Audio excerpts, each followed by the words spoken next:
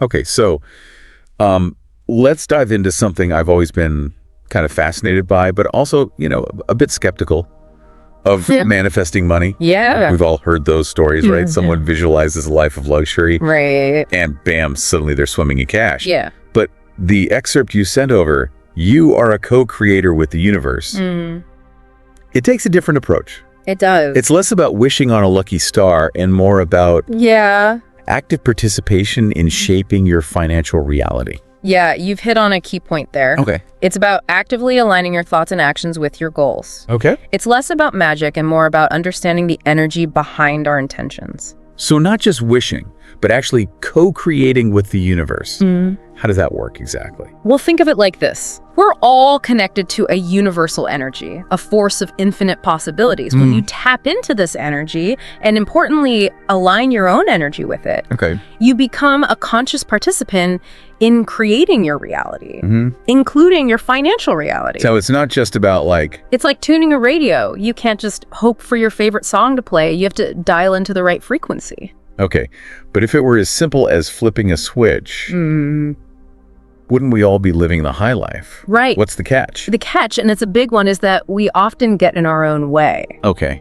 We cling to fear, doubt, and limiting beliefs, which block the flow of abundance. So it's about more than just thinking positive thoughts. It's about addressing those deeper, sometimes subconscious beliefs that might be holding us back. Exactly.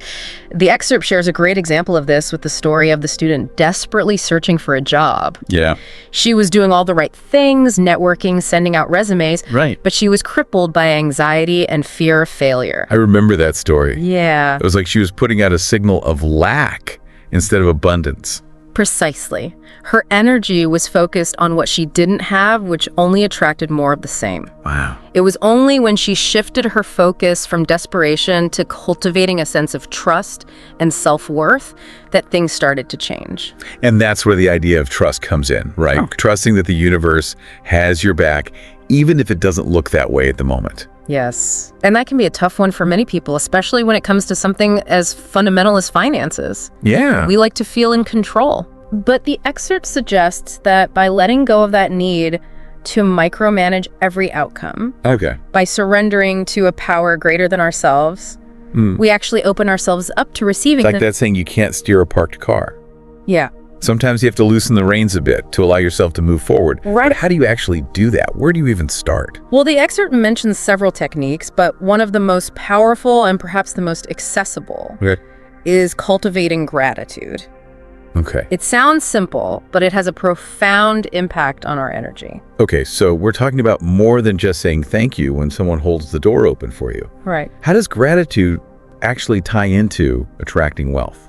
Think about it this way. Okay. When you focus on what you're grateful for, you shift your energy from a place of lack to a place of abundance. You're literally retraining your brain to see the good, to appreciate what you already have, which in turn attracts more of those positive experiences. So instead of stressing over bills, you'd focus on, say, the fact that you have a roof over your head, food on the table, even if it's not gourmet all the time, right? Exactly. It's about finding moments of gratitude, even amidst challenges. Yeah. And those moments, as small as they may seem, send out a powerful ripple effect. It's like that old saying, where attention goes, energy flows. Right. So by focusing on gratitude, even for seemingly small things, we're actually shifting our energetic frequency, which can then impact our external reality. Yeah. That's pretty wild when you think about it. It is, and it speaks to the interconnectedness of everything. Right. But gratitude, powerful as it is just one piece of the puzzle. The excerpt also emphasizes the importance of taking action. Yes. Because it's not enough to just sit back and wish for $1 million to fall from the sky, right? Right. What does taking action look like in this context? It's about aligning your actions with your intentions. Okay. It's about making choices that support your financial goals, even if they're small steps. So does that mean like buying a lottery ticket because you're visualizing winning the jackpot? Not necessarily. Yeah. It's more about taking inspired action. Okay. It's about being open to opportunities that align with your goals, following your intuition, and saying yes to possibilities that resonate with your vision. I see.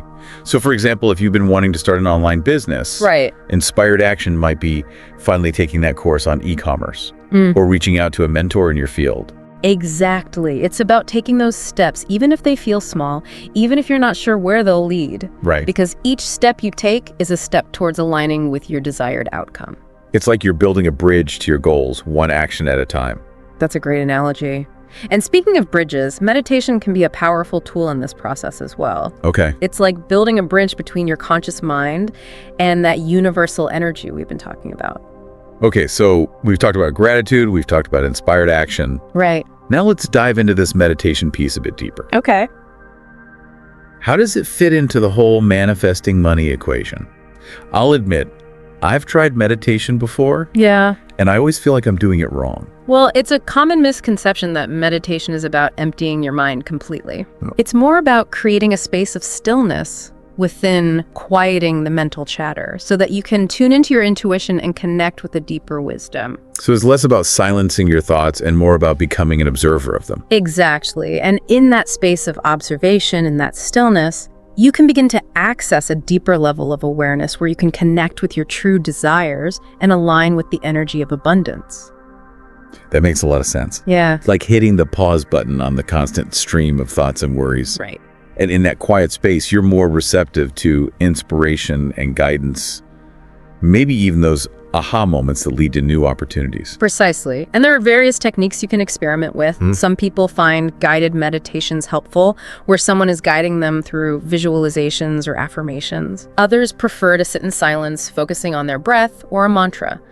The key is to find what resonates with you and to be patient with yourself. Right? It's a practice just like anything else. So there's no right or wrong way to meditate as long as it helps you create that internal stillness and connection. Exactly. And the more you practice, the more natural it becomes to tap into that state of peace and clarity, which can then spill over into other areas of your life, including your finances. The excerpt also mentions a few other techniques like affirmations and visualizations. Mm-hmm. Let's be honest, those can sometimes feel a bit woo-woo, Right. even for someone like me who's open to this stuff. Yeah. So how do those fit into the bigger picture? Think of affirmations and visualizations as ways to consciously direct your energy and focus. Affirmations are like planting seeds of intention in the fertile ground of your subconscious mind. Okay. By repeating positive statements about your financial abundance, you're essentially rewiring your thinking to align with those beliefs. So instead of saying, I'll never be able to afford that, you'd say something like, I am worthy of financial abundance, or money flows to me easily and effortlessly. Is that the gist of it? Precisely. It might feel strange at first, but the more you repeat these affirmations, the more your subconscious mind begins to accept them as true. Okay.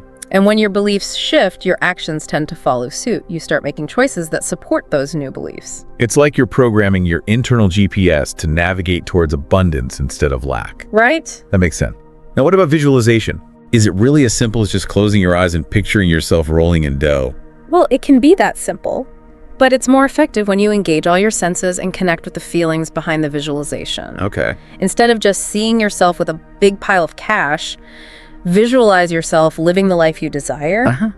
The freedom, the security, the experiences that financial abundance would bring. So it's not just about the money itself, but the emotions and experiences it represents. Exactly. It's about tapping into the feeling of what it would be like to live your dream life, which then sends a powerful signal to the universe, right?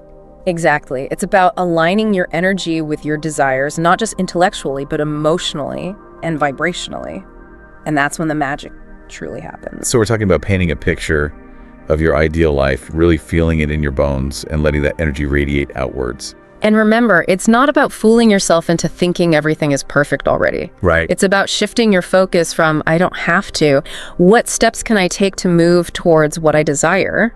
It's about taking ownership of your financial reality, even if it's not where you want it to be yet, and recognizing that you have the power to shape it. Exactly. And it's a journey, not a destination. Right. There are going to be ups and downs, times when you question everything. Yeah. But the key is to keep coming back to that core belief that you are worthy and deserving of abundance in all areas of your life, including your finances. That's such an important point. It's not about getting rich quick. It's about cultivating a mindset of abundance that permeates every aspect of your being. You got it. It's about recognizing that financial abundance is often a byproduct of living in alignment with your purpose, your values, and your authentic self. When you're living in that space of alignment, when your actions are a reflection of your truest self, money often flows more easily and effortlessly. It's like the universe saying, now you're getting it. Right. Yeah. It's about trusting that when you're on the right path, the resources you need will be there to support you. This whole conversation has been so eye-opening. We've gone from manifesting money sounding like something out of a fairy tale to a nuanced exploration of energy intention and taking inspired action. It's all about understanding the subtle yet powerful ways we can influence our reality through our thoughts, beliefs, and actions. And the really cool thing is you don't have to be a millionaire to start applying these principles. It's about making small, consistent shifts in your daily life. Whether it's taking a few minutes each morning to practice gratitude, setting clear financial goals, or simply becoming more aware of your self-talk around money. Those little changes can add up to big results over time. Absolutely. And remember, it's about finding what works for you. There's no one-size-fits-all approach to manifesting abundance. Experiment with different techniques, be patient with yourself, and most importantly, have fun with the process. I love that. It shouldn't feel like another chore on your to-do list, Right. but rather an exciting journey of self-discovery and empowerment. Exactly. So as we wrap up this deep dive, I'm curious, what's one small step our listeners could take today to start aligning themselves with financial abundance? That's a great question to ponder. I'd encourage everyone listening to reflect on their relationship with money. Where do you hold limiting beliefs? What are you truly grateful for in your financial life right now? And most importantly, what action, no matter how small, can you take today to shift your energy towards abundance? Those are fantastic questions to sit with. And remember, the universe is listening. So pay attention to those intuitive nudges, those sparks of inspiration, and take that leap of faith. You might be surprised at what you can co-create. Until next time, keep exploring, keep growing, and keep diving deep.